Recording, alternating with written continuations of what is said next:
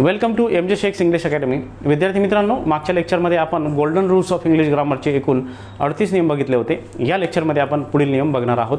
तर बघूयात पुढील नियम. रूल नंबर 39 काय म्हणतोय ते. ठीक आहे. जर वाक्यात एक पॉझिटिव्ह डिग्री येत असेल, पॉझिटिव्ह डिग्री म्हटलं तर ॲज आणि त्यानंतर जर इफ नॉट येत असेल तर पुढील रिकामी जागा काय येणार, कंपॅरेटिव्ह डिग्री येणार. जर एकाच वाक्यात पॉझिटिव्ह डिग्री म्हणजे ॲजची रचना येत असेल आणि त्यानंतर इफ नॉट येत असेल तर त्यानंतर जर रिकामी जागा भरायला तुम्हाला सांगितलं तिथे काय येणार, कंपॅरेटिव्ह डिग्री येणार.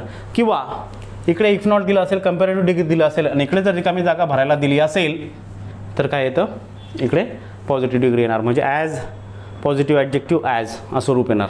आलं का लक्षात. म्हणजे ह्या वाक्याचा अर्थ काय होतो ते मी तुम्हाला आता सांगतो. Mahi is as tall if not taller than Mahima. म्हणजे माही इतका उंच आहे जेवढा की तो महिमापेक्षा उंच नसायला पाहिजे होता, असा त्याचा अर्थ आहे. म्हणजे गोष्ट लक्षात घ्या, माही ॲज टॉल ॲज आपलं काय म्हणणं आहे बघा, पॉझिटिव्ह डिग्री. इथं आलं पॉझिटिव्ह डिग्री, त्याच्यानंतर काय आलं, इफ नॉट आलं आणि त्याच्यानंतर काय यायला पाहिजे, कंपॅरेटिव्ह डिग्री. आलं का, टॉलर दॅन ही कंपॅरेटिव्ह डिग्री. असा याचा क्रम असतो. म्हणजे जर वाक्यात सुरुवातीला काय दिलं, पॉझिटिव्ह डिग्री दिली, त्याच्यानंतर इफ नॉट दिलं आणि त्याच्यानंतर काय यायला पाहिजे, कंपॅरेटिव्ह डिग्री यायला पाहिजे. यामध्ये एकही अक्षर किंवा एकही शब्द मिस होता कामा नाही. लक्षात घ्या. बघा, Ayesha is as beautiful as if not more beautiful than Yasmin. लक्षात घ्या. आलं का, ॲज ब्युटिफुल ॲज, नंतर इफ नॉट, नंतर कंपॅरेटिव्ह डिग्री. ओके, बरोबर. नेक्स्ट दुसरं, Nadeem is as clever if not cleverer than Rakesh. ही पण तीच रचना या पद्धतीने, positive degree, if not, comparative degree. Done. Next पुढे आता फाइंड आउट एरर्समध्ये बघा, स्पॉट द एरर्स म्हणजे बघा काय आहे, म्हणजे आयोग कुठे मिस्टेक करतो. आपला नियम काय आहे, पॉझिटिव्ह डिग्री. पॉझिटिव्ह डिग्री कशी लक्षात ठेवायची, as P as. As P as म्हणजे काय, ॲज पॉझिटिव्ह ॲडजेक्टिव्ह आणि ॲज. त्याच्यानंतर काय, इफ नॉट आहे आणि त्याच्यानंतर काय आहे, त्याच्यानंतर कंपॅरेटिव्ह डिग्री आहे. आलं का लक्षात. असा आपला सेन्स आहे. मग बघा, या अनुषंगानेच आपल्याला लक्षात ठेवायचं आहे. He is as wise as, इथे ॲज गायब झाला. बरोबर आहे, दोन ॲज यायला पाहिजे ना. या ॲजच्या मध्ये काय यायला पाहिजे, ॲडजेक्टिव्ह यायला पाहिजे. हा एक ॲज इथे गायब आहे. बरोबर आहे, हा एक ॲज इथे गायब झाला. ठीक आहे. He is as wise if not wiser than his sister. आलं का लक्षात. मग कुठे बघा, आपण ए सेक्शनमध्ये बघूयात. ही is as wise as if not असं पाहिजे. इथला या ॲडजेक्टिव्ह नंतरचा जो ॲज आहे तो यायला पाहिजे, तो या वाक्यात नाही. म्हणजे सेक्शन एमध्येच मिस्टेक आहे, बाकीचं सगळं बरोबर आहे. लक्षात घ्या. म्हणजे तुमची नजर कशी पाहिजे की तो सेक्शन जो आपण शिकत आहोत त्याची रचना काय आहे, तो नियम काय म्हणतोय, त्या नियमावरच तुमचा फोकस पाहिजे. त्या नियमामध्ये एक शब्द जरी गाळला गेला तर तुमच्या इमिजिएट लक्षात यायला पाहिजे की ही रचना, हा नियम हे म्हणतो आहे, त्यामध्ये काय मिसिंग आहे त्याच्याकडे आपलं प्रॉपर फोकस पाहिजे, प्रॉपर कॉन्सन्ट्रेशन पाहिजे. लक्षात आलं. मग पहिलं याच्यात एरर होती. जर नियम कळला नसेल तर परत आपण नियमाकडे येऊ. परत लक्ष द्या, काय म्हणतोय नियम आपला, पॉझिटिव्ह डिग्री, त्याच्याकडे लक्ष द्या. म्हणजे इथे काय यायला पाहिजे, ॲज पी ॲज. आलं का लक्षात. म्हणजे as positive degree adjective as, नंतर इफ नॉट, नंतर कंपॅरेटिव्ह डिग्री. कंपॅरेटिव्ह डिग्रीमध्ये म्हणजे दॅन, हा कंपॅरेटिव्ह डिग्रीचा ते कंपॅरेटिव्ह डिग्रीमध्ये येतो, ते आपण लक्षात ठेवायचं. त्यानंतर काय येईल, दॅन. म्हणजे आपण काय म्हणू शकतो, दॅनच्या नंतर ज्याच्यामध्ये कंपॅरिझन झालेलं आहे तो नाऊन तिथे येईल. लक्षात घ्या. नाऊन असेल, प्रोनाऊन असेल, व्हॉट एव्हर, अशी रचना घ्यायची आहे. जसे आपण एक्झाम्पल्स घेतले होते या पद्धतीने. इथं एरर आली. माझा पुढे बघा, Madhuri is as beautiful if not more beautiful than Karishma. बघा मग आता यामध्ये Madhuri is as beautiful as असं पाहिजे होतं. म्हणजे या सेक्शनमध्ये सुद्धा एक ॲज गाळलेला आहे. बरोबर आहे, म्हणून इथे चुकलं. बाकीचं बरोबर आहे. आलं का लक्षात, बाकीचं बरोबर आहे. Next, as an artist Kiran is as good as, परत इथे as नाही, if not better than Mahesh. As an artist Kiran is as good as, येथे मिस्टेक आहे, बाकीचं सगळं बरोबर आहे. is as good as, दुसरा as टाळलेला आहे, गाळलेला आहे. Next, this pen is as bad, इथं पण काय आहे, if not worse than that. Worse हा कंपॅरेटिव्ह ॲडजेक्टिव्ह आहे, म्हणजे बॅडचा तो ॲडजेक्टिव्ह, बॅड, वर्स आणि वर्स्ट म्हणजे पॉझिटिव्ह, कंपॅरेटिव्ह, सुपरलेटिव्ह. आलं का लक्षात? मग इथपर्यंत बरोबर आहे. फक्त इथं काय, तिथं एक ॲज काढलेला आहे. दिस पेन इज बरोबर आहे, as bad as, if not इथं एक ॲज पाहिजे. वर्स दॅन दॅट, वर्स दॅन दॅट, बाकीचं सगळं बरोबर आहे. तुमच्या लक्षात आलं असेल, हा सेक्शन तुमच्या लक्षात आला असेल की याच्यामध्ये काय पाहिजे, पॉझिटिव्ह डिग्री, ॲज ॲज म्हणजे 2 ॲज पाहिजेत, मध्ये पॉझिटिव्ह ॲडजेक्टिव्ह पाहिजे, त्याच्यानंतर इफ नॉट आणि त्यानंतर कंपॅरेटिव्ह डिग्री. लक्षात आलं? हे पाठच झालं पाहिजे डायरेक्ट तुमचं. मग हे तुमच्या लक्षात आलं असेल विद्यार्थी मित्रांनो. आता पुढे जो पुढचा नियम आहे, पुढचा नियम काय म्हणतो आहे, रूल नंबर 40. त्याच्यावर आयोगाने प्रश्न विचारलेला नाही आहे आतापर्यंत, म्हणजे विचारला असेल, दुसरं असेल SSC वगैरे वगैरे, तुम्ही बघू शकता. नियम जरी लक्षात ठेवला, आपल्याला एरर आली तर तुम्ही लक्षात ठेवू शकता. आता पुढचा नियम बघा, रूल नंबर 40. काय म्हणतो आहे रूल नंबर 40? काल याच्यावर एक एक्झाम्पल झालं होतं आपलं, बघूया. वाक्याच्या सुरुवातीला जर ए अँड द आला असेल, फर्स्ट सब्जेक्ट किंवा नाऊन, बरोबर आहे. नाऊनच्या आधी जर ए अँड द किंवा इथे आपण पॉझिटिव्ह ॲडजेक्टिव्ह सुद्धा ठेवूयात, आलेला असेल, फक्त पहिल्या नाऊनच्या आधी बरं का, म्हणजे पहिल्या सब्जेक्टच्या आधी काय आलेला असेल, ए आलेला असेल किंवा एन आलेला असेल किंवा द आलेला असेल किंवा positive adjective, my, our, your, his, her वगैरे वगैरे असं या पद्धतीने आलेला असेल, प्लस अँड आलेला असेल आणि सेकंड सब्जेक्ट आलेला असेल, म्हणजे बघा पहिला जो सब्जेक्ट आहे, बरोबर आहे, त्याच्या आधी ए अँड द किंवा पॉझिटिव्ह ॲडजेक्टिव्ह पैकी काही आलेला असेल, दुसरा ॲडजेक्टिव्ह जोडताना अँड वापरला असेल आणि दुसरा सब्जेक्ट जोडताना अँड वापरलेला असेल आणि दुसरा सब्जेक्टच्या आधी जर ए अँड द यापैकी काहीही वापरलं नसेल, तर याचा अर्थ काय होतो, वन सब्जेक्ट. काय होतो तो, याचा अर्थ काय होतो, वन सब्जेक्ट, म्हणजे एकच व्यक्ती असा होतो, एकच गोष्ट असा अर्थ होतो. लक्षात घ्या. थोडक्यात उल्लेख केलेल्या दोन नामापैकी फक्त पहिल्या नामाच्या आधी, पहिल्या कर्त्याच्या आधी ए अँड द किंवा पॉझिटिव्ह ॲडजेक्टिव्ह येत असेल, दुसरं सब्जेक्ट अँडने जोडला असेल आणि दुसऱ्या सब्जेक्ट आधी जर ए अँड द किंवा पॉझिटिव्ह ॲडजेक्टिव्ह पैकी काहीही नसेल, तर तो कर्ता एकवचनी समजला जातो. म्हणून त्या कर्त्याच्या नंतर येणारं क्रियापद हे काय असतं, एकवचनी असतं. लक्षात आलं? मग इथे लक्ष द्या. फर्स्ट सब्जेक्टच्या आधीच काय आहे, ए अँड द हे आर्टिकल आहेत किंवा पॉझिटिव्ह ॲडजेक्टिव्ह आहे, अँडने दुसरा सब्जेक्ट जोडला आहे, बरोबर आहे. तर वर्ब काय येणार, सिंग्युलर येणार, कारण हा कर्ता काय असतो, हा कर्ता सिंग्युलर समजला जातो, कारण फक्त पहिल्या कर्त्याच्या आधीच काय आहे, आर्टिकल आपण वापरलेला आहे किंवा पॉझिटिव्ह ॲडजेक्टिव्ह वापरलेला आहे. मग तुमच्या लक्षात आला असेल. ठीक आहे, मग बघूयात आता. A music and dance show has been organised. For example, a music and dance show has been organised. याच्यात बघा म्युझिक अँड डान्स हे 2 सब्जेक्ट्स आहेत, बरोबर. पण पहिल्या सब्जेक्टच्या आधीच काय आला आहे, ए आला आहे. पहिल्या सब्जेक्टच्या आधीच ए आला आहे, म्हणजे याचा अर्थ काय झाला, a music and dance show has been organised. याचा अर्थ असा झाला, म्युझिक आणि डान्स शो एकत्र कंबाईन आहे, एकच सब्जेक्ट आहे, म्हणून येथे काय झालं, डान्स शोवर का इथपर्यंत करताय, इथपर्यंत काय झालं, म्हणजे हा एकच कर्ता झाला, म्हणून इथे हॅज हा एकवचनी कर्ता त्या अनुषंगाने आलेला आहे. येथे जर हॅव राहिला असता तर हे वाक्य चुकलं असतं. लक्षात घ्या. Done. Next, has been organised to raise fund for the orphanage. One thing, singular verb, कारण पहिल्याच सब्जेक्टच्या आधी ए आर्टिकल आला आहे. इथं जर अ डान्स शो असं राहिला असता तर या 2 गोष्टी भिन्न झाल्या असत्या. ही एकच गोष्ट आहे. आलं का लक्षात?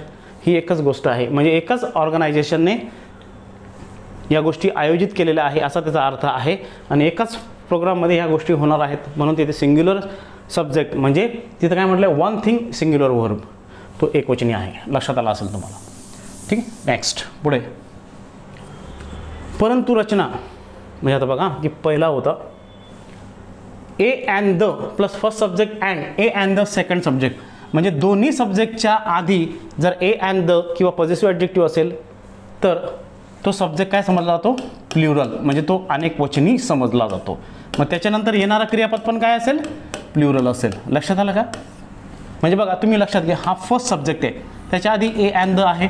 हा सेकंड सब्जेक्ट आहे, त्याच्या आधी पण ए अँड द आहे. लक्षात आलं? मग हे दोन काय झालेत? प्लुरल झालेत, वेगवेगळे झालेत. लक्षात घ्या. ठीक आहे. मग त्याच्यानंतर काय येईल? अनेकवचनी नाम, अनेकवचनी क्रियापद असं येईल. The novelist and the poet are no more. हा बघा, द नॉवेलिस्ट आणि द पोएट म्हणजे दोन कर्ते भिन्न भिन्न झाले. ते कशाने जोडलेत? अँड ह्या कंजंक्शनने जोडलेत. बरोबर आहे. आता हे भिन्न भिन्न कर्ते झालेत कारण दोन्ही नामाच्या आधी काय आलं आहे? दोन्ही नामाच्या आधी द आर्टिकल आलं आहे. म्हणजे हे दोन भिन्न व्यक्ती झालेत, तर इथे एक अनेकवचनी क्रियापद यायला पाहिजे. म्हणजे हे वाक्य बरोबर. 2 persons plural verb. 2 persons plural verb. लक्षात आलं? पुढचं वाक्य, the principal and the chairman are coming. The principal हा वेगळा करता, द चेअरमन हा वेगळा करता, म्हणजे हे दोन भिन्न कर्ते झालेत म्हणून क्रियापद अनेकवचनी आलं. लक्षात आलं असेल. डन. फॉर स्पॉट देअर बघा, the governor and chancellor of the university have pass this ordinate. आता बघा, द गव्हर्नर अँड चान्सलर. आता बघा, दोन कर्त्यांपैकी फक्त जो पहिला कर्ता आहे तेथेच द आर्टिकल आला आहे. दुसरा जो कर्ता आहे तिथे द आर्टिकल आलेला नाही. म्हणजे त्याचा अर्थ काय झालं? 1 person. इथं अर्थ काय झाला? 1 person म्हणजे एक व्यक्ती झालं. बरोबर आहे. मग एक व्यक्ती झाला तर क्रियापद सुद्धा काय यायला पाहिजे? मग एकच यायला पाहिजे, म्हणजे एकवचनी यायला पाहिजे. पण हॅव इथे अनेकवचनी करता आला, त्या हॅवच्या ऐवजी काय पाहिजे? हॅज पाहिजे. बरोबर. ठीक आहे. पास दिस ऑर्डिनेट. आता इथं बघा, द गव्हर्नर अँड चान्सलर इथपर्यंत बरोबर आहे. ऑफ द युनिव्हर्सिटी इथपर्यंत बरोबर आहे. म्हणजे हा एकच कर्ता झाला कारण पहिल्याच नामाच्या आधी द आर्टिकल आहे, दुसऱ्या नामाच्या आधी द आर्टिकल नाही. म्हणून इथे काय झालं? येथे चुकलेलं आहे. हॅव पास्टच्या ऐवजी हॅज पास्ट, कारण त्या दोन्ही व्यक्ती एकच आहेत. का? कारण पहिल्याच सब्जेक्टच्या आधी द आर्टिकल वापरलेला आहे. लक्षात आलं? मग या सी सेक्शनमध्ये मिस्टेक आहे. Next, the secretary and treasurer. इथं लक्ष द्या बरं का, फक्त पहिलंच जो कर्ता आहे सेक्रेटरी त्याच्या आधी द वापरला आहे. दुसऱ्या कर्त्याच्या आधी काही वापरलं आहे का? द नाही, काहीच वापरलेलं नाही. म्हणजे याचा अर्थ काय झाला? याचा अर्थ हे झाला 1 person. 1 person म्हटला म्हणजे सिंग्युलर सब्जेक्ट. सिंग्युलर सब्जेक्ट म्हटला म्हणजे सिंग्युलर वर्ब. बरोबर आहे ना? Singular verb. मग इथे काय यायला पाहिजे? वेअरच्या ऐवजी काय पाहिजे? वॉज पाहिजे. लक्षात आलं? Not present at today's meeting. The secretary and treasurer इथपर्यंत बरोबर. 1 person. बरोबर आहे. 1 person आहे. दिलेल्या वाक्यावर उल्लेख काय होतं? एकच व्यक्ती आहे. मग एकच व्यक्ती जर म्हटला तर क्रियापद पण काय यायला पाहिजे? एकवचनी यायला पाहिजे. म्हणजे इथे वेअरच्या ऐवजी काय पाहिजे? वॉज पाहिजे. म्हणजे या सेक्शनमध्ये मिस्टेक आहे. ॲट टुडेज मीटिंग हा सेक्शन बरोबर आहे. फक्त मिस्टेक कुठे होती मग? बीमध्ये. लक्षात आलं का? कारण करता एकच आहे, पहिल्याच नामाच्या आधी द आर्टिकल वापरलेलं आहे. ठीक आहे. नेक्स्ट, असं होत नाही बरं का, दुसऱ्या नामाच्या आधी द आर्टिकल वापरलं आणि पहिल्या नामाच्या आधी काहीच वापरलं, ही रचना चुकीची बरं का. असं होत नाही. काही पण नियम तयार करायचे नाहीत. ठीक आहे. The rise and fall of the tide are due to lunar influence. No error. The rise and fall, पहिला करता आहे द राईज आणि दुसरा करता फक्त फॉल. म्हणजे काय झाला? हा 1 सब्जेक्ट झाला. बरोबर आहे की नाही? 1 सब्जेक्ट झाला म्हणजेच त्याला काय यायला पाहिजे? सिंग्युलर वर्ब यायला पाहिजे. बरोबर आहे की नाही? सिंग्युलर वर्ब यायला पाहिजे. पण इथं आला आहे प्लुरल वर्ब. म्हणजे इथं काय पाहिजे? इज पाहिजे. मग बघा कुठे? The rise and fall of the tide इथपर्यंत. इथे आरच्या ऐवजी काय पाहिजे मग? इज पाहिजे. हा सेक्शन चुकलेला आहे इथे, लक्षात घ्या. ठीक आहे ना? ह्या आरच्या ऐवजी तर काय पाहिजे? इज पाहिजे. लक्षात आलं? नेक्स्ट, पुढे द सम अँड सबस्टन्स. आता इथं पण बघा, द सम अँड सबस्टन्स. फक्त द सम हा पहिला जो करता आहे तिथं काय आलं आहे? म्हणजे हे 1 कॉन्सेप्ट आहे, 1 सब्जेक्ट आहे. लक्षात घ्या, 1 सब्जेक्ट म्हणजे singular verb of the poem. आरच्या ऐवजी काय पाहिजे? इथे इज पाहिजे. As follows. ठीक आहे. आता याच्यात बघा, द सम अँड सबस्टन्स इथपर्यंत बरोबर आहे. ऑफ दिस पोएम हे पण बरोबर आहे. पण हा एक करता आल्यामुळे याच्यानुसार येथे एकवचनी क्रियापद पाहिजे आरच्या ऐवजी इज, म्हणून हा सेक्शन चुकला. इथे आरच्या ऐवजी काय पाहिजे? इज पाहिजे. लक्षात आलं? नेक्स्ट, पुढे the novelist and poet are. The novelist and poet बरोबर, म्हणजे तुम्हाला लक्षात आलं असेल. The novelist and poet, the novelist and poet. आता हा जो बी सेक्शन आहे, हा द नॉवेलिस्ट अँड पोएट, इथं दोन्ही व्यक्ती एकच आहेत म्हणून काय आलं पाहिजे, क्रियापद इज यायला पाहिजे, परंतु इथे आर आलेला आहे म्हणून ते चुकलं. बाकीचं सगळं सेक्शन बरोबर आहे. नेक्स्ट म्हणजे एकदा लक्षात आलं ना, आपण बरोबर घेत असतो. द एब अँड फ्लो म्हणजे भरती आणि आवटी म्हणतो ना आपण, फक्त पहिल्याच नामाच्या आधी काय आलं आहे, द आर्टिकल आलं आहे, म्हणजे तो वन कॉन्सेप्ट झाला, सिंग्युलर सब्जेक्ट झाला आहे ना, असाही अर्थ होतो. ठीक आहे, सिंग्युलर सब्जेक्ट होतो तो. ठीक आहे, ऑफ द टाइड्स. वेअर येईल का वॉज येईल, वॉज येईल, कारण वन कॉन्सेप्ट आहे, वन सब्जेक्ट आहे. Explained by Newton. मग पूर्ण वाक्य बघा. द एब अँड फ्लो, एबचा अर्थ होतो आहुती, भरतीला आपण म्हणतो टाईड. टाईड म्हणजे भरती, हे सगळ्यांना येतं हा शब्द, पण एब शब्द जो आहे त्याचा अर्थ होतो आहोटी. माहिती आहे तुम्हाला, भरती आहोटी म्हणतो ना आपण. ठीक आहे, हा शब्द येतो. The ebb and flow of the tides were explained by Newton, no error. इथपर्यंत बरोबर आहे. करता एकच सिंग्युलर झाला, इथपर्यंत बरोबर आहे. इथं वेअरच्या ऐवजी काय पाहिजे, वॉज, कारण याचा करता काय आहे, एकवचनी आहे, लक्षात घ्या. नेक्स्ट स्पॉट देअर बघा. A good man and useful citizen have passed away, no error. आता बघा, अ गुड मॅन अँड, हे बरोबर आहे. युजफुल सिटीजन बरोबर आहे. अ good man and useful citizen म्हणजे तुमच्या लक्षात आलं का, अ गुड मॅन म्हणजे अँड युजफुल सिटीजन म्हणजे दोन कर्ते झालेत, पण फक्त पहिल्या नामाच्या आधीच ए आलेला आहे म्हणजे तो एकवचनी सब्जेक्ट झाला. मग इथे हॅव पास्टच्या ऐवजी काय पाहिजे, हॅज पास्ट पाहिजे. लक्षात घ्या, इथं चुकलं, सी सेक्शनमध्ये मिस्टेक आली, बाकीचं सगळं बरोबर. Next the accountant and the cashier. आता लक्षात घ्या, कॅशियरच्या पुढे पण द आला, अकाउंटच्या पुढे पण द आला, म्हणजे याचा अर्थ काय झाला, टू पर्सन्स झाले. काय झाले, टू पर्सन्स झालेत, म्हणजे अनेकवचनी करता झाला. अनेकवचनी करता झाला म्हणजे अनेकवचनी क्रियापद यायला पाहिजे. कॅशियर हॅज अब्स्कॉन्डेड, हॅज अब्स्कॉन्ड म्हणजे फरार होणे, मग अनेकवचनी क्रियापद यायला पाहिजे ना, इथं एकवचनी आला आहे. मग आपण आता बघूयात. The accountant and the cashier, हे बरोबर आहे. अँड कॅशियर, हॅजच्या ऐवजी काय पाहिजे, हॅव, कारण द अकाउंटंट एक करता आणि द कॅशियर दुसरा करता, म्हणजे इथे दोन सब्जेक्ट झालेत. मग तो अनेकवचनी करता झाला, ते अनेकवचनी कर्त्यानुसार अनेकवचनी हॅव हे क्रियापद यायला पाहिजे. हॅज हा काय आहे, एकवचनी करता क्रियापद आहे. हॅव हा अनेकवचनी क्रियापद आहे, लक्षात घ्या. अब्स्कॉन्ड म्हणजे फरार होणे.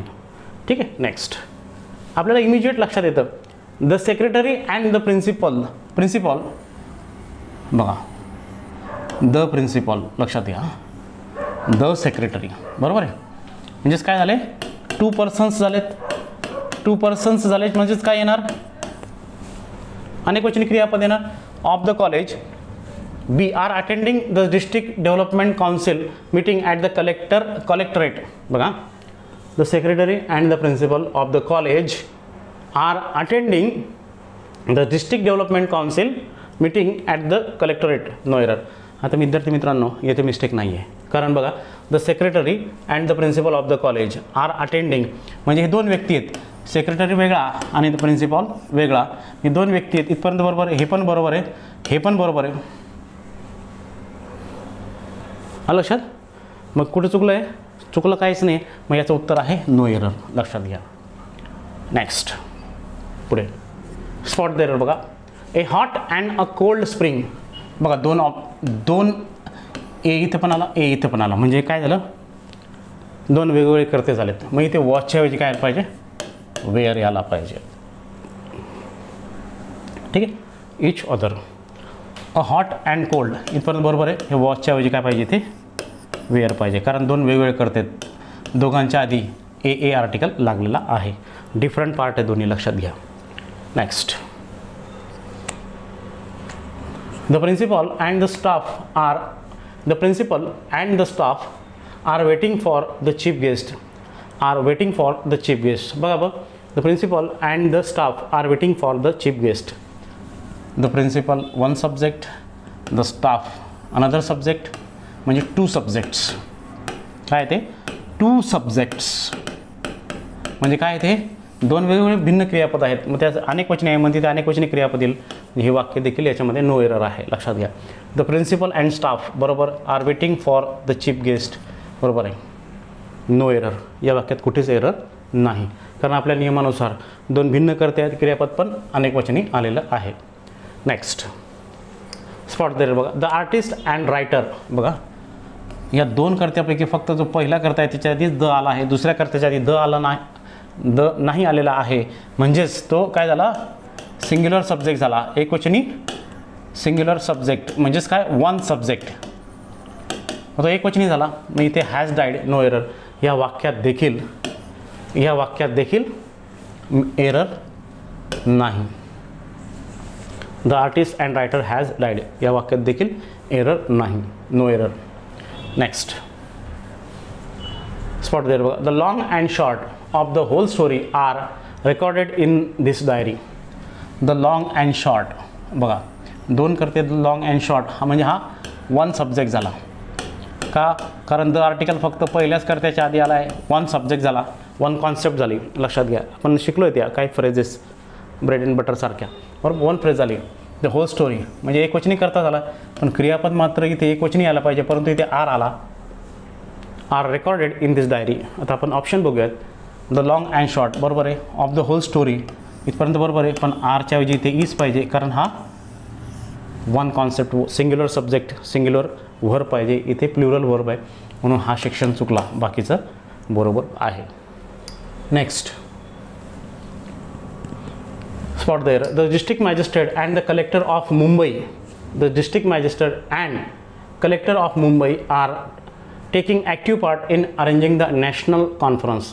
आता बघूया, the district magistrate and collector, पहिल्याच नामाच्या आधी फक्त द आर्टिकल आहे, याचा अर्थ हे दोन्ही व्यक्ती एकच आहेत, सिंग्युलर सब्जेक्ट सिंग्युलर व्हर्ब यायला पाहिजे.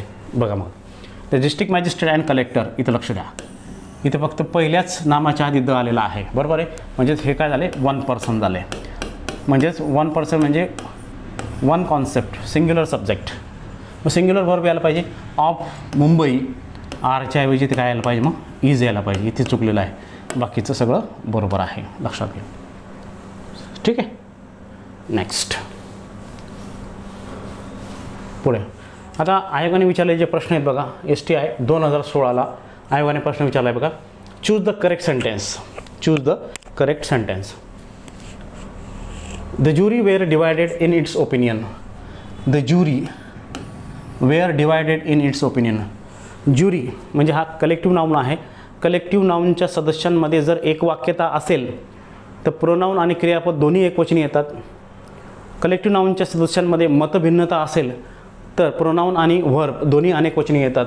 डिवायडेड म्हटलं म्हणजे मतभिन्नता आहे, मग क्रियापद तर अनेकवचनी आलं, पण प्रोनाऊन देखील अनेकवचनी यायला पाहिजे. इथे काय पाहिजे, देअर पाहिजे. काय पाहिजे, देअर. हे वाक्य चुकलेलं आहे.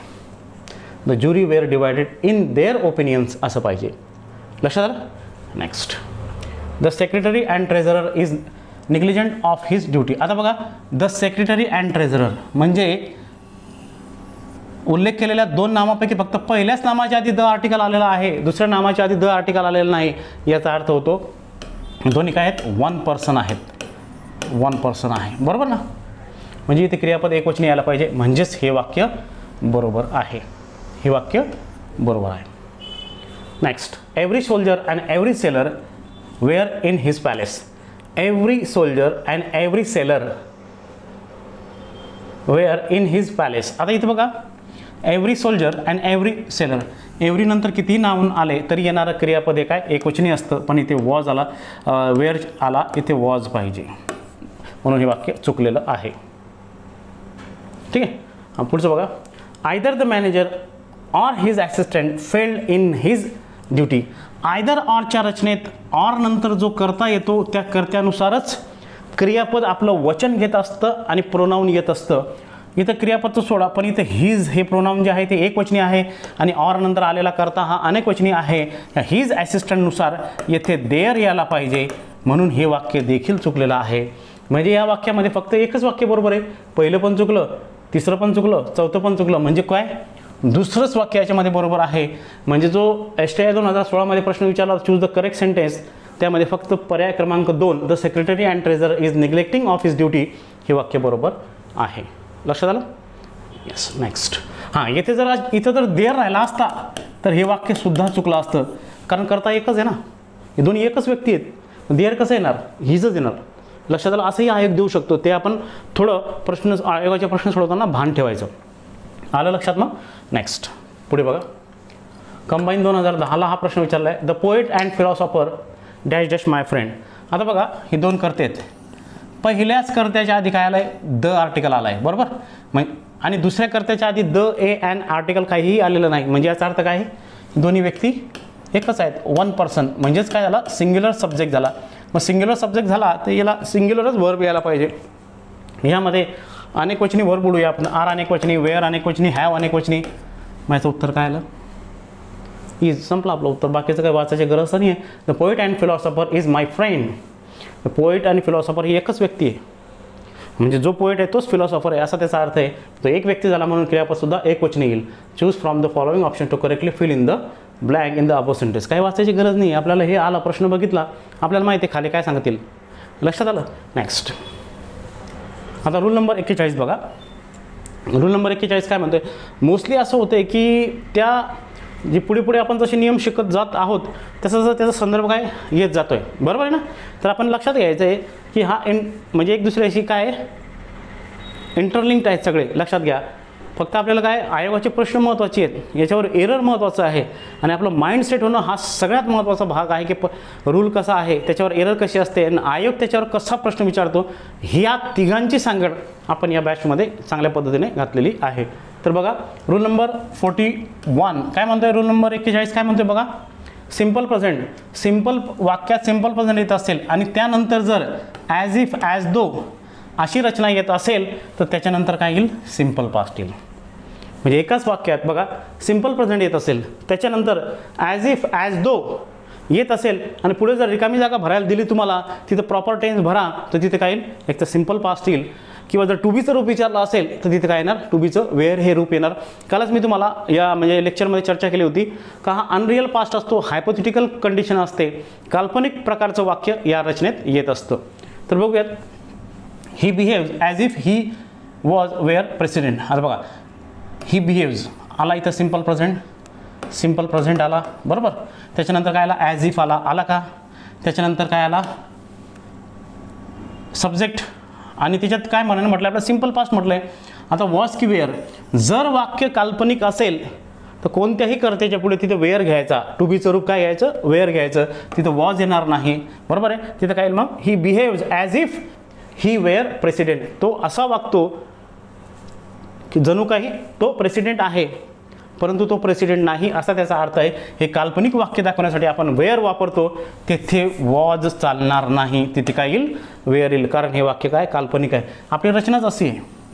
ह्या प्रकारचं म्हणजे हे वस्तुस्थितीशी विसंगत असतात म्हणून यांना सब्जेक्टिव्ह मूड असं देखील म्हणतात. सब्जेक्टिव्ह मूडमध्ये वाक्य हे वस्तुस्थितीशी विसंगत असते. आता वस्तुस्थिती काय की सिम्पल पास्टमध्ये आपण हिच्यासोबत वॉज करता वापरतो, पण आपल्याला ते वाक्य काल्पनिक किंवा हायपोथेटिकल दाखवायचं असेल तर आपण हिच्या पुढे वेअर वापरणार, कारण हे काल्पनिक वाक्य याच्यात सत्यता नाही. आलं का लक्षात. नेक्स्ट पुढे बघा. मग आता ही वॉक्स आला simple present. As if the earth belongs or belong to him. Simple present नाही येणार, सिम्पल पास्ट येईल. मग काय येणार, आपला नियमच म्हणतोय टू बीचं रूप आला तर वेअर वापरायचं आणि सिम्पल प्रेझेंट सिम्पल पास्ट दिला असेल तर सिम्पल पास्ट V2 वापरायचं. लक्षात घ्या. He walks as if the earth belonged to him हे येईल. डन. नेक्स्ट बघा. स्पॉट द एरर बघा. He walks as if he is a king, no error. आता मग सांगितलं सुरुवातीला काय असेल, सिम्पल प्रेझेंट असेल, नंतर ॲज इफ येईल किंवा ॲज दो येईल, नंतर तिथे काय येईल, सिम्पल पास्ट येईल. जर टू बीचं रूप असेल, इथं टू बीचं रूप आलं आहे, जर टू बीचं रूप आलं असेल, कोणताही करता असेल, तिथे आपण काय घेणार, वेअर घेणार. मग इजच्या ऐवजी काय पाहिजे, ते एरर पाहिजे. ही वॉक्स बरोबर आहे, ॲज इफ ही बरोबर आहे, इज किंगच्या ऐवजी काय पाहिजे, वेअर अ किंग. म्हणजे येथे चुकलेलं आहे, सेक्शन सी मध्ये मिस्टेक आहे. लक्षात आलं. नेक्स्ट स्पॉट द एरर बघा पुढचं. The sea looks as if it has been agitated by storm. आता याच्यात बघा, the sea looks as if it has been नाही पाहिजे, इथे हॅड बीन पाहिजे. लक्षात घ्या, बरोबर आहे. कारण काय ॲजिटेटेड आहे पुढे आलं का लक्षात? हॅड बीन म्हणू शकतो म्हणजे ते सत्य नाही, हे इम्पॉसिबल कंडिशनमध्ये असं वाक्य येतं, मग तिथं हॅज नाही येणार, हॅड बीन येईल. म्हणजे इफच्या पुढे अनरिअल दाखवताना हॅड बीन सुद्धा अशी रचना केली जाते. लक्षात घ्या, परफेक्ट पास्टची रचना तिथे केली जाते. हॅड बीन आलेला असेल तर लक्षात घ्या, हॅज बीन असेल तर आपण हॅड बीन घेतो, कारण तिथे पास्ट टेन्स वापरला जातो, प्रेझेंट टेन्स वापरला जात नाही. लक्षात घ्या. मग इथे कसं द सी लुक्स, हे बरोबर आहे. As it has been agitated by storm, हे इथं चुकलं आहे. इथं हॅज बीनच्या ऐवजी काय पाहिजे? Had been. लक्षात घ्या, बाकीचं बरोबर आहे. नेक्स्ट स्पॉट देअर बघा. They are very kind to me, they treat me as if I am their own son. आता as if I am their own son, ॲमच्या ऐवजी काय पाहिजे? I were their own son. कारण unreal sentence आहे ना, ते काल्पनिक वाक्य आहे. ते माझ्याशी खूप दयाळूपणे वागतात. दे ट्रीट मी, ते मला असं वागवतात जणू काही मी त्यांचा स्वतःचा मुलगा आहे असं वागवतात, पण मी त्यांचा मुलगा नाही, काल्पनिक वाक्य आहे. ठीक आहे, म्हणून तिथे ॲमच्या ऐवजी काय वेअर येईल. They are very kind to me, they treat me बरोबर आहे. As if I am their own son, ॲमच्या ठिकाणी येथे काय पाहिजे? वेअर पाहिजे. लक्षात घ्या. मग कुठे वाक्य चुकलं आहे? इथे चुकलं आहे, बाकीचं सगळं बरोबर आहे. Next, he walks as if the earth belongs to him. हे वाक्य सोडवलं आपण.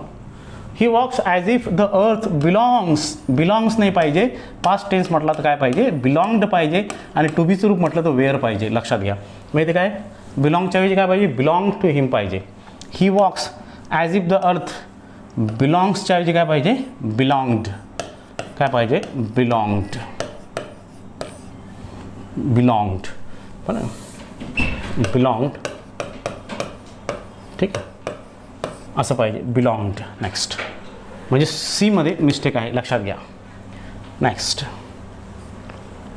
पुढे, the sea looks as if, हे झालं वाक्य आपलं सोडून. पुढचं, he talks as if he was my boss. He talks as if he was my boss. He was नाही येणार, इथे वेअर येणार. लक्षात घ्या. मग ही टॉक्स बरोबर आहे, ॲज इफ बरोबर आहे, ही वॉजच्या ऐवजी काय येणार? वेअर येणार, कारण काल्पनिक वाक्य आहे. लक्षात घ्या. मग येथे चुकलेलं आहे, बाकी सगळं बरोबर आहे. नेक्स्ट पुढे, द पॉलिटिकल कॅन्डिडेट टॉक्ड. आता इथे लक्षात घ्या बरं का, टॉक्ड आलाय म्हणजे पास्ट, इथे पास्टचा संबंध आहे. पास्टचा संबंध असेल पुढे परफेक्ट पास्ट किंवा हॅड बीन असं रचना येते. The political candidate talked as if she has already been elected to the presidency. No error. आता इथे काय? टॉक्ड आहे. इथे जर टॉक्स राहिला असता तर आपण वेअर वगैरे वापरला असता टू बीचं, पण टॉक्ड जर असेल, इथे सिम्पल पास्ट असेल तर तिकडे हॅड बीन किंवा परफेक्ट पास्ट येतो. लक्षात घ्या.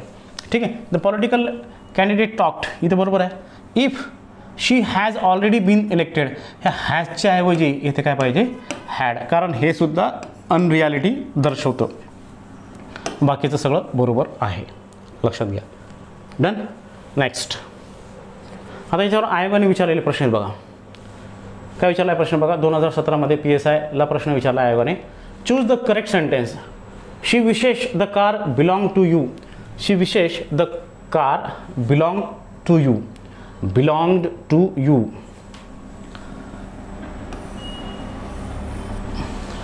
शी विशेष ॲज इफ असेल, ॲज इफ असेल, हां, आय विश असेल किंवा शी विशेष अशी रचना असेल तर त्यानंतर देखील सिम्पल पास्ट येतो, बिलॉंगड.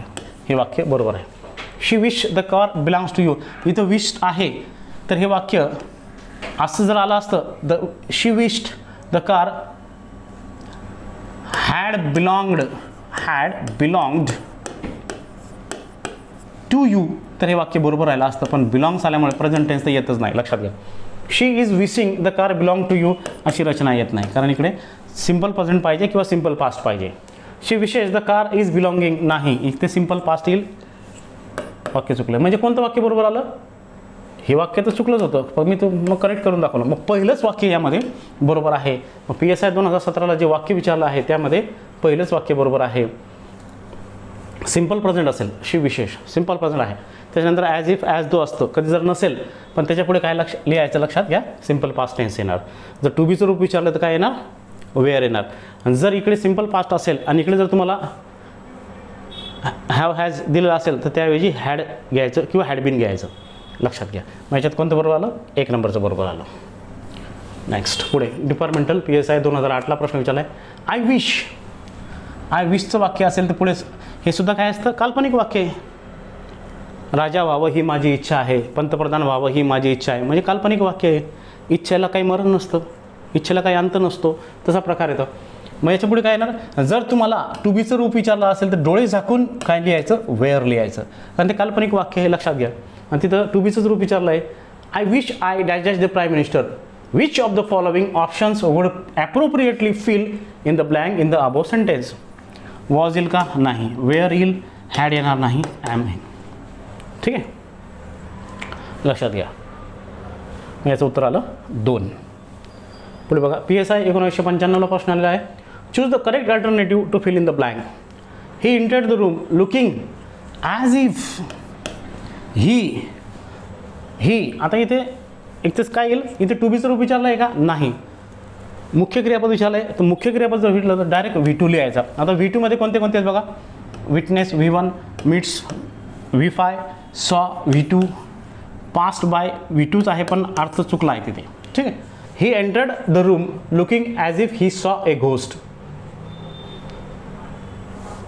म्हणजे तो घरात शिरताना ही एंटर्ड द रूम, त्याने घरात प्रवेश केला. लुकिंग म्हणजे असं दिसत होतं की ॲज इफ जणू काय त्याने भूत पाहिला. मग इथं काय यायला पाहिजे? V2 यायला पाहिजे.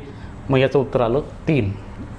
नेक्स्ट कंबाईन 1992ला प्रश्न विचारला आहे. Choose the correct alternative to complete the sentence.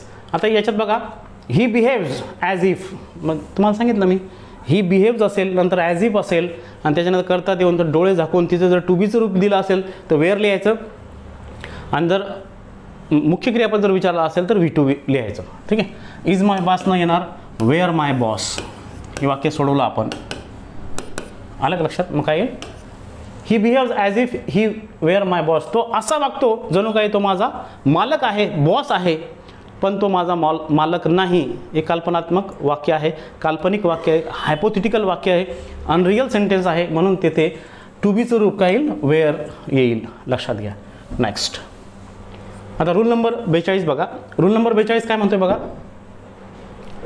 Noun preposition noun singular. आता एक गोष्ट लक्षात घ्या, जर प्रथम वाक्यात काय आला? नाऊन आला, त्याच्यानंतर परत काय आला?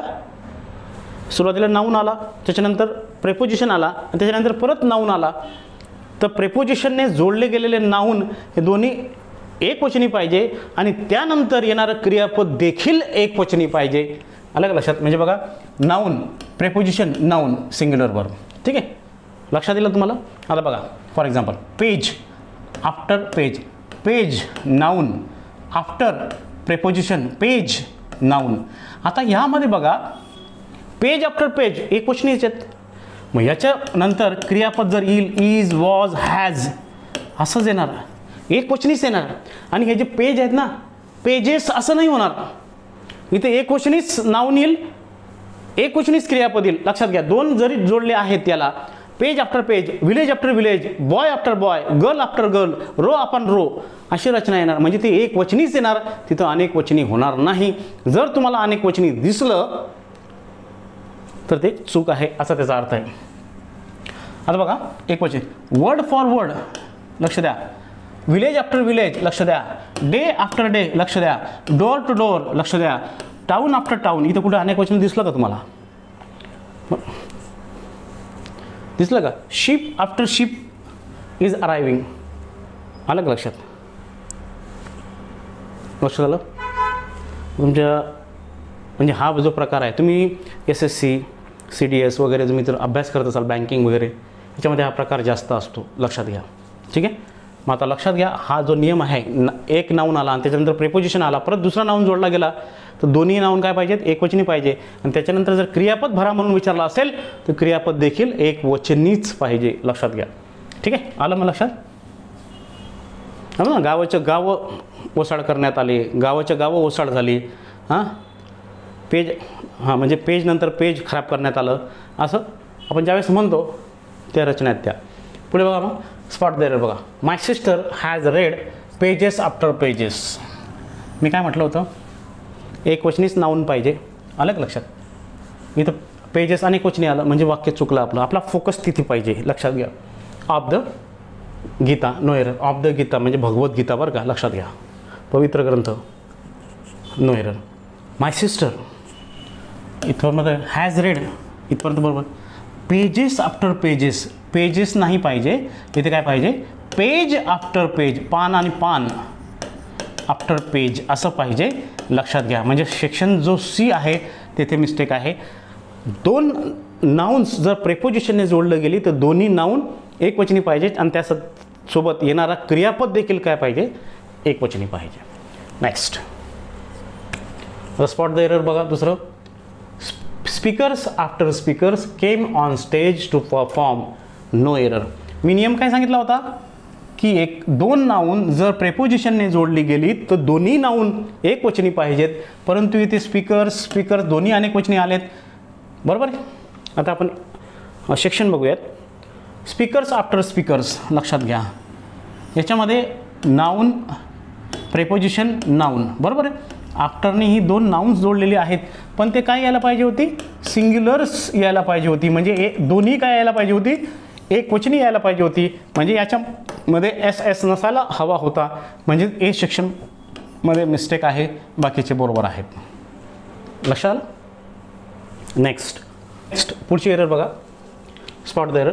Town after towns were conquered by him but he found no peace, no error. आता आपला नियम काय म्हणतो की प्रेपोजिशन नंतर आधी आणि नंतर येणारं दोन्ही नाऊन काय पाहिजे, एकवचनी पाहिजे. तसंच येणारं क्रियापद देखील एकवचनी पाहिजे. म्हणजे या सेक्शनमध्ये मिस्टेक आहे, बरोबर.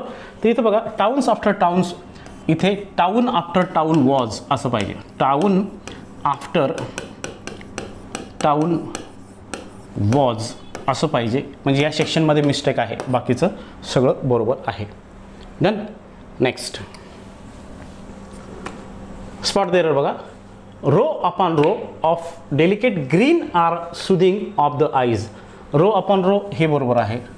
ऑफ द डेलिकेट ग्रीन आरच्या ऐवजी इथे काय पाहिजे, इज, कारण हा एकवचनी करता गृहीत धरला जातो, लक्षात घ्या. ठीक आहे. Soothing to the eyes, row upon row बरोबर आहे, हे बरोबर आहे. या आरच्या ऐवजी ते इज पाहिजे, म्हणून सी सेक्शन चुकला, लक्षात घ्या.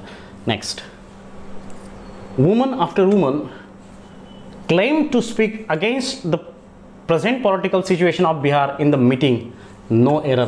आता इथे बघा, वुमन आफ्टर वुमन असं पाहिजे, इथं विमीन आलेलं आहे, म्हणजे अनेक वचने आलेले आहे, येथे मिस्टेक आहे. Woman claimed to speak against the present political situation of Bihar in the meeting, लक्षात आलं. तर विद्यार्थी मित्रांनो बघा, इथं मिस्टेक कुठे आहे, वुमन आफ्टर वुमन, बरोबर. येथे मिस्टेक आहे, ते वुमनच्या ऐवजी काय पाहिजे, वरतीच मी तुम्हाला दिलेलं आहे. मी दुसऱ्यांदा का सांगतो का तुम्हाला ते फिक्स लक्षात यावं कुठं चुकलं होतं, बाकीचं सगळं बरोबर आहे. नेक्स्ट, आता विद्यार्थी मित्रांनो या सेक्शनमध्ये आपण आता पुढील नियम घेणार आहोत. तर बघा, रूल नंबर 43 काय आहे बघा. भूतकाळात जर एकानंतर दुसरी क्रिया पूर्ण झाली असेल तर पहिल्या क्रियेसाठी परफेक्ट पास्ट तर दुसऱ्या क्रियेसाठी सिंपल पास्ट वापरतात. म्हणजे जी क्रिया भूतकाळात अगोदर घडली असते ती परफेक्ट पास्ट टेन्समध्ये असते आणि जी क्रिया नंतर घडलेली असते ती सिंपल पास्टमध्ये असते. पास्ट परफेक्ट टेन्सचा नियम आहे का तो कधीच एकटा येत नाही, तो नेहमी सिंपल पास्ट टेन्स सोबतच येतो. ठीक आहे. आता बघा, सिंपल पास्ट टेन्स आणि आफ्टरची रचना असेल तर पास्ट परफेक्ट टेन्स म्हणजे फर्स्ट ॲक्शन सेकंड ॲक्शन, लक्षात घ्या. फर्स्ट ॲक्शन कोणती असते, परफेक्ट पास्टची असते. सेकंड ॲक्शन कोणती असते, सिंपल पास्टची असते, लक्षात घ्या. हा फरक आहे बरं का. मुलं काय करा, लिहिण्याचा क्रम कसाही असो पण पहिली घटना कोणती असेल, परफेक्ट पास्टची असेल. दुसरी घटना कोणती असेल, सिंपल पास्टची असेल. हां, आता बघा, फर्स्ट ॲक्शन परफेक्ट पास्ट आहे, बिफोर जर आलेला असेल तर इथे काय येईल, सिंपल पास्ट टेन्स. म्हणजे एक लक्षात घ्या, आफ्टरचा क्लॉज हा परफेक्ट पास्ट टेन्स असतो, बिफोरचा क्लॉज हा सिंपल पास्ट टेन्स असतो. एवढं फिक्स लक्षात घ्या, पुढे दिसेलच तुम्हाला. लक्षात आला नियम काय म्हणतो, एकदा व्यवस्थित वाचा म्हणजे तुमच्या लक्षात येईल तो नियम काय आहे तो.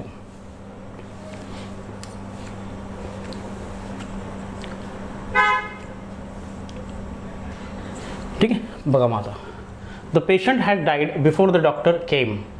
Example, the patient had died first action, बरोबर. Before the doctor came second action. बरोबर. फर्स्ट ॲक्शन कोणती आहे? पेशंट ऑलरेडीच वारलेला होता. सेकंड ॲक्शन कोणती आहे? द डॉक्टर केम, म्हणजे पेशंट वारल्यानंतर डॉक्टर आलेत. जर डॉक्टर आधी आले असते तर पेशंट वाचलं असतं. बिफोरच्या क्लॉजमध्ये सिम्पल पास्ट आहे, लक्षात घ्या. फर्स्ट ॲक्शन कोणती आहे? Perfect past. ठीक आहे. पुढे, Mahesh went home after he dash dash is work. मी तुम्हाला सांगितलं की आफ्टरचा क्लॉज विचारला असेल, रिकामी जागा दिली असेल तर तिथे डोळे झाकून परफेक्ट पास्ट टेन्स लिहावा. ॲक्शनवर डिपेंड आहे. First action perfect past, second action simple past. Mahesh went home, Mahesh घरी गेला, म्हणजे अगोदर त्याने काही काम केलं असेल नंतरच महेश घरी गेला असं त्याचा अर्थ आहे. ठीक आहे. Mahesh went home after he had finished his work, म्हणजे पहिलं काम कोणतं केलं? महेशने त्याचं काम अगोदर पूर्ण केलं, नंतर तो घरी गेला. म्हणजे त्याचं काम संपल्यानंतर महेश घरी गेला असं त्याचा अर्थ आहे. When he reached the stadium, when he reached the stadium, the match had already started. Already started he first action आहे. मग सेकंड ॲक्शन कोणती आहे? मग सेकंड ॲक्शन जर असेल तर ती कशामध्ये? सिम्पल पास्टमध्ये. वेन ही रीच्ड, इथं काय येणार? मग रीच्ड इडी येणार, कारण ऑलरेडी दिलेलं आहे इथे. ऑलरेडी हा परफेक्ट प्रेझेंट आणि परफेक्ट पास्ट टेन्समध्ये यूज केला जातो, लक्षात घ्या. When he reach the stadium the match had already started. First action कोणती? सेकंड ॲक्शन कोणती? लिहिण्याचा क्रम कसाही असो, फर्स्ट ॲक्शन कोणती गृहीत धरायची? Perfect past. Second action simple past. आता इथं काही विद्यार्थी म्हणतात सर बघितलं तर पहिलं हे आलेलं आहे, लिहिण्याचा क्रम कसाही असो, पहिली ॲक्शन कोणती आहे? Perfect past. सेकंड ॲक्शन कोणती? Simple past. मॅच अगोदरच चालू झालेली होती, तो नंतर आला. आलं का लक्षात? ह्या क्रियेवरून तुम्हाला कळेल याचं स्ट्रक्चर आणि फंक्शन कसं आहे. नेक्स्ट बघा मग,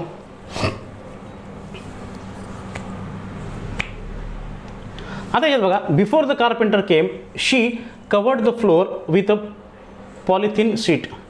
बिफोर द कार्पेंटर कम ही बरोबर आहे, केम हे बरोबर आहे फर्स्ट ॲक्शन. हां सॉरी, सेकंड ॲक्शन.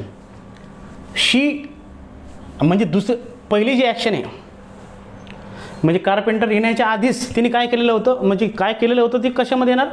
परफेक्ट पास्टमध्ये येणार. मग जो बी पार्ट आहे, she covered the floor with polythene sheet to protect the carpet. मग ह्या कार्पेंटर येण्याच्या आधीच तिने जी ॲक्शन केलेली होती ती ॲक्शन कशामध्ये येईल? परफेक्ट पास्ट टेन्समध्ये येईल. मग बघा, बिफोर द कार्पेंटर केम हे बरोबर आहे. She had covered the floor with polythene sheet. इथे मिस्टेक आहे, येथे सिम्पल पास्टच्या ऐवजी काय पाहिजे? परफेक्ट पास्ट पाहिजे. She had covered the floor with a polythene sheet असं पाहिजे परफेक्ट पास्ट. ठीक आहे. म्हणजे ही सेकंड ॲक्शन आहे, ती फर्स्ट ॲक्शन आहे टू प्रोटेक्ट द कार्पेट, हे बरोबर आहे. म्हणजे बी सेक्शनमध्ये मिस्टेक आहे, तिथं सिम्पल पास्ट ऐवजी काय पाहिजे? परफेक्ट पास्ट पाहिजे. नेक्स्ट पुढे, before the alarm had stop ringing Manisha had telephone the police. Before the alarm had stop पाहिजे का इथे? नाही, फक्त before the alarm stop ringing Manisha had telephone the police. म्हणजे फर्स्ट ॲक्शन कोणती आहे? मनीषाने अगोदरच फोन केलेला होता पोलिसांना. मग सेकंड ॲक्शन कोणती आहे? ही आहे. फर्स्ट ॲक्शन ही आहे, म्हणजे सेकंड ॲक्शन असते ती कशामध्ये असते? सिम्पल पास्टमध्ये असते, ती परफेक्ट पास्टमध्ये नसते. तिथे चुकलं आहे. Before the alarm stop ringing Manisha had telephone the police. लक्षात आलं? मग तिथे काय पाहिजे? फक्त स्टॉप पाहिजे, हॅड नको, तिथे सिम्पल पास्ट पाहिजे.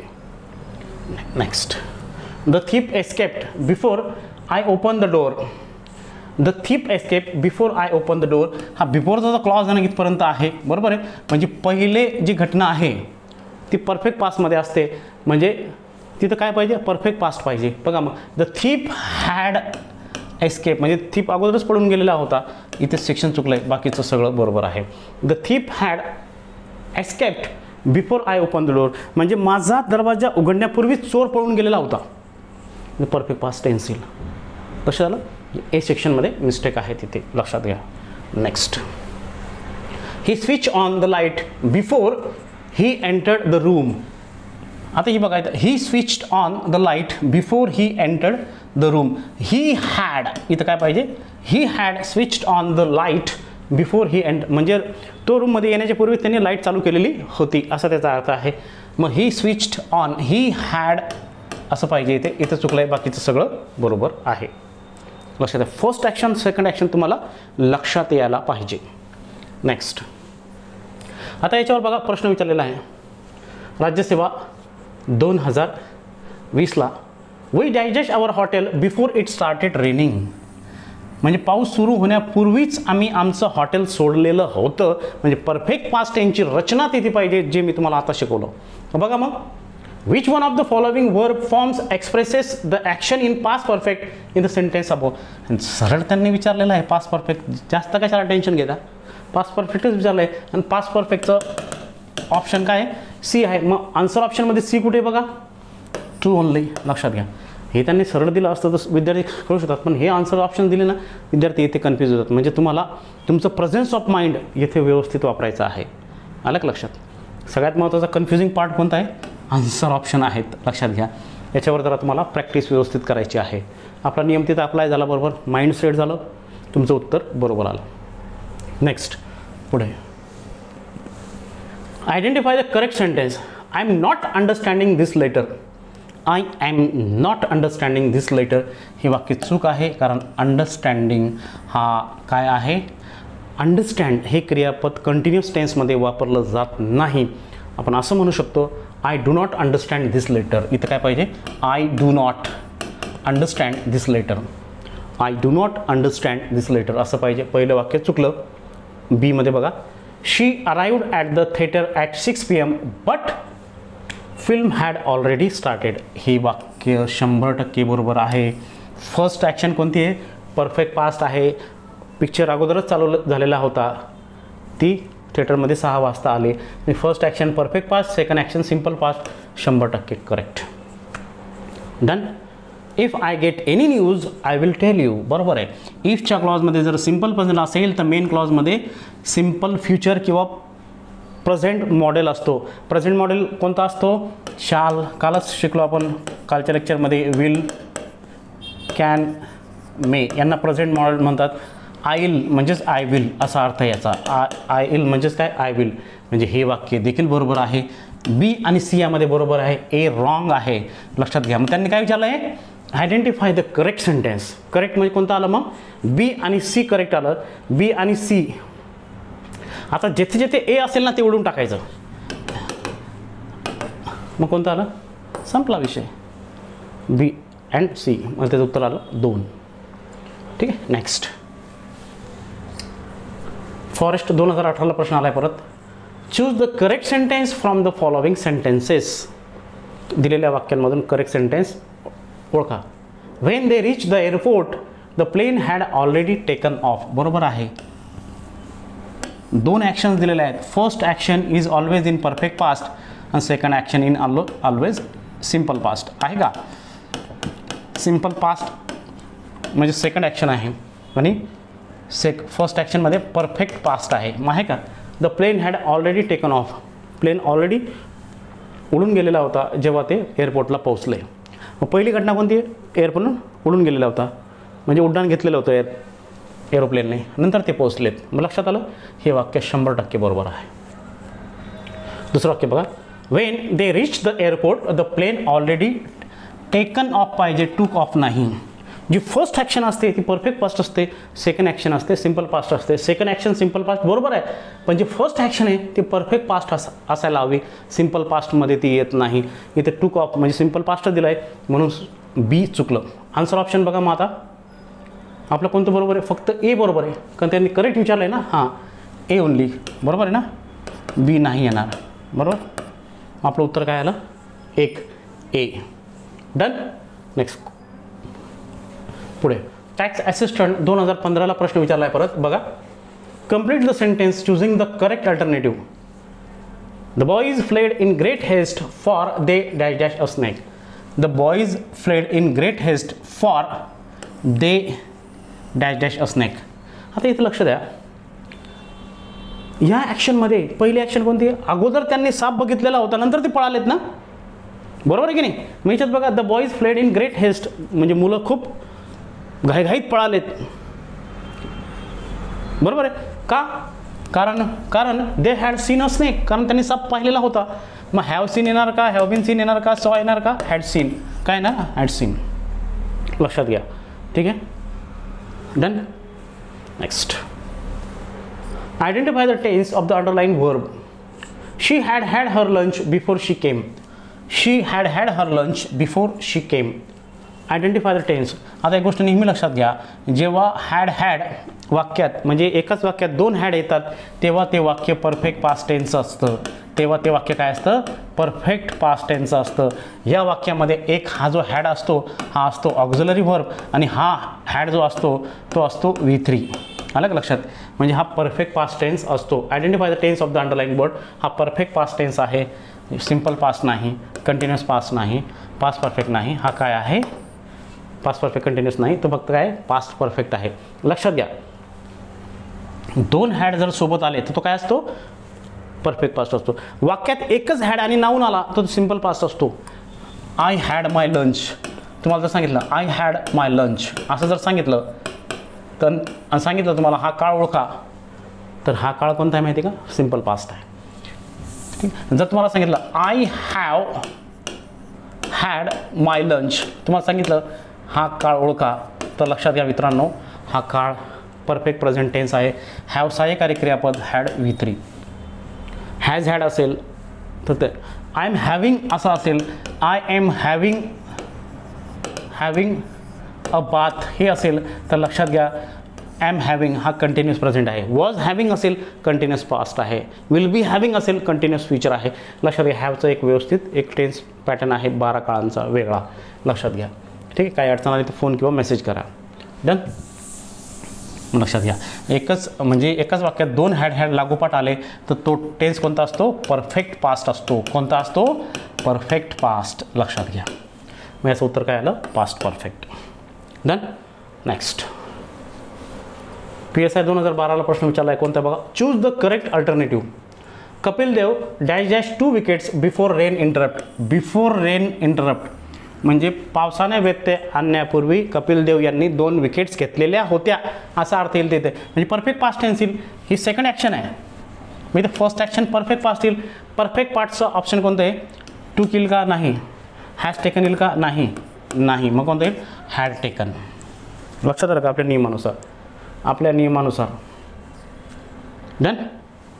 पुढे नेक्स्ट, ASO 2011ला प्रश्न आलेला आहे बघा. कोणता प्रश्न बघा. Choose the correct sentence from the following. The train left before we reach the station. The train left before we reach the station. आता यामध्ये बघा,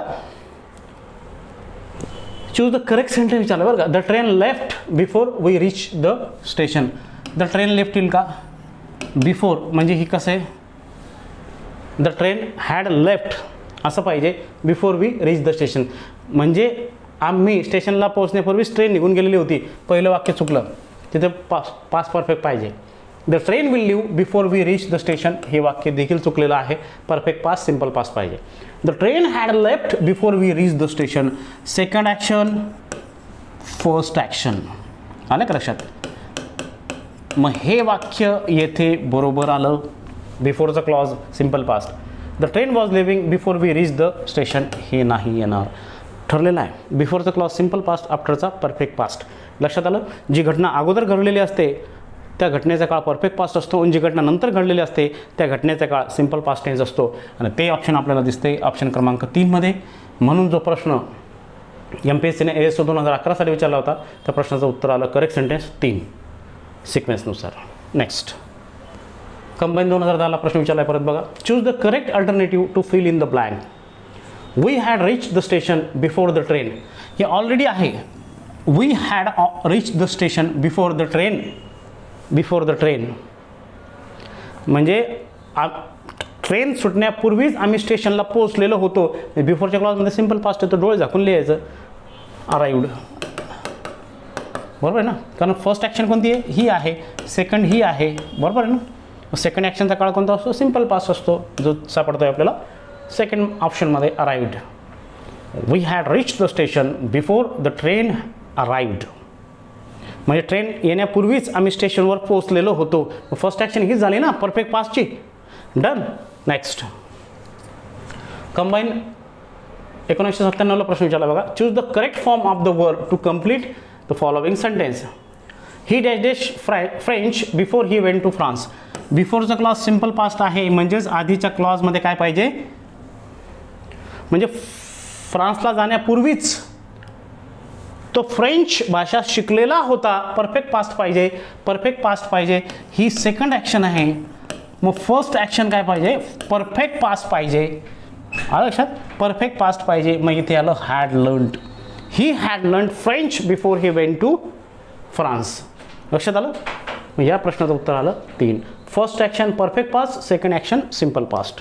नेक्स्ट आता कंबाईन 1996ला प्रश्न आला आहे. Choose the correct alternative to fill in the blank.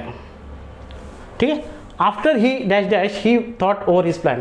आफ्टरच्या क्लॉजमध्ये जर तुम्हाला पुढे सिम्पल पास दिसला तर डोळे झाकून तिथे परफेक्ट पास लिहायचा असतो. डोळे झाकून तिथे काय लिहायचा असतो, परफेक्ट पास लिहायचा असतो.